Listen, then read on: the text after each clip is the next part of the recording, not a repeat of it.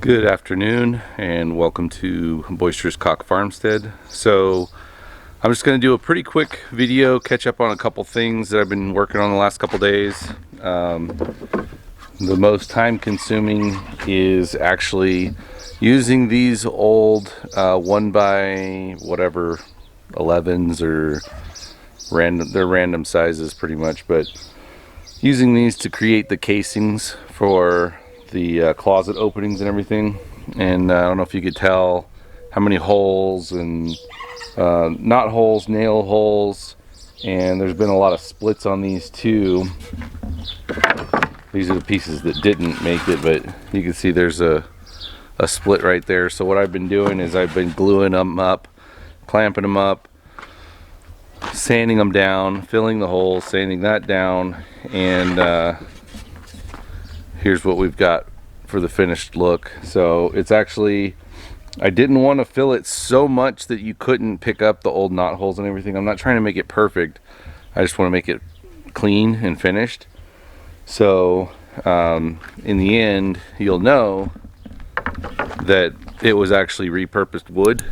I want that to be a reminder long term.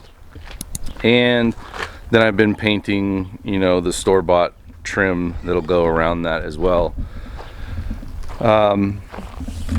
Getting hot here, so I have started to discontinue the use of the fodder. I think I've got 4 more days left, so I'm about halfway through right now, and just doesn't grow as well when it's hot.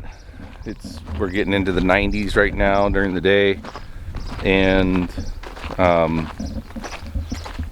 just doesn't perform very well. So it's extra time that I don't feel like I'm getting the benefit from right now, and I've only got a short period of time, week and a half, before I take the butcher pig to the butcher to be processed here. And well, I guess it's 2 weeks now. And so I want to give you an update on the pasture area that I've been working on seeding and adding organic matter to the ground, and show you how well it's doing, or not doing, as it were, in some cases. But I think I fixed one of the problems that I was having. So you can see here, this zone is actually growing pretty well. There is like a little patch of tumbleweeds here and here, which is fine. Pigs actually love those when they're real tender. And an adjustment that I made in this zone actually is I allowed the stream to shoot further out.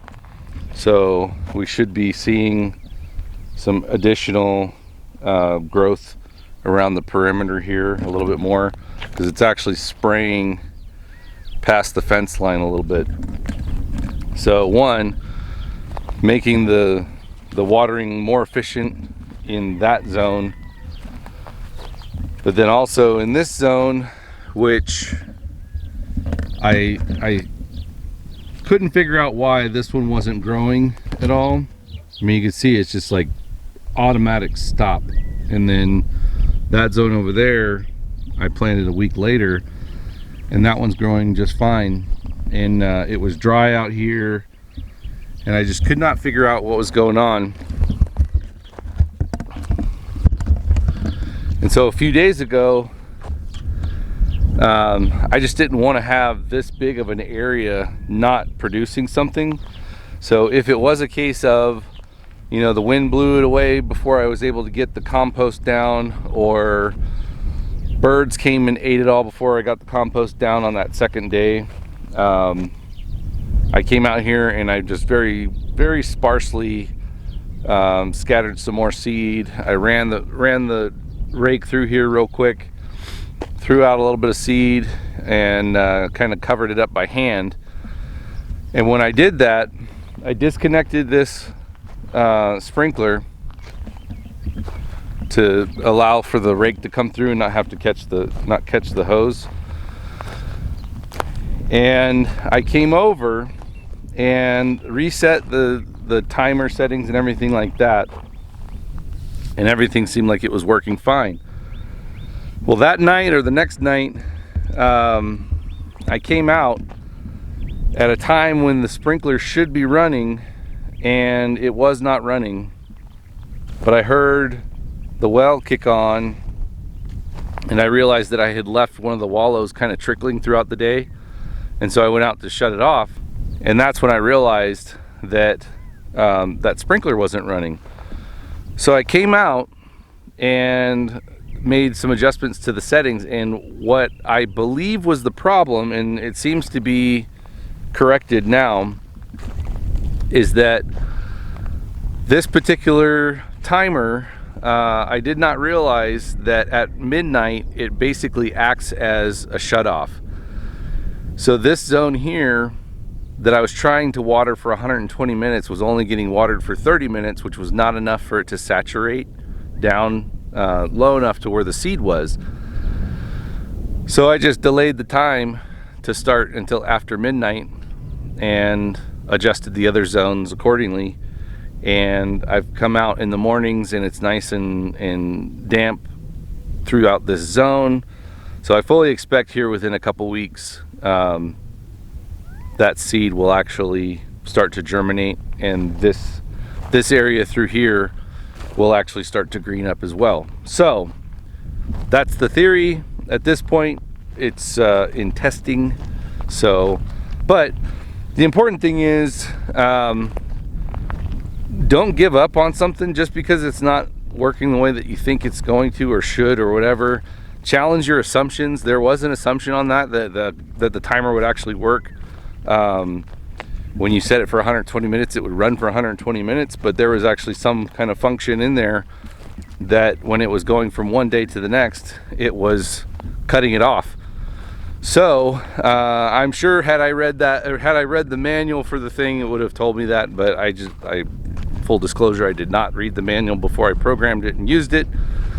So that'll be operator error on my part. But I did not give up on it. And if you guys have any issues that you keep seemingly like you're butting your head against the wall, don't give up. Try something new. If that doesn't work, try something else, and eventually you'll wear the problem down,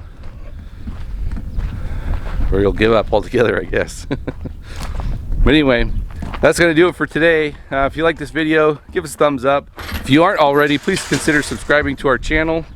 We are creeping up on the 250 subscriber mark, at which point I will be giving away one of our farm logo t-shirts.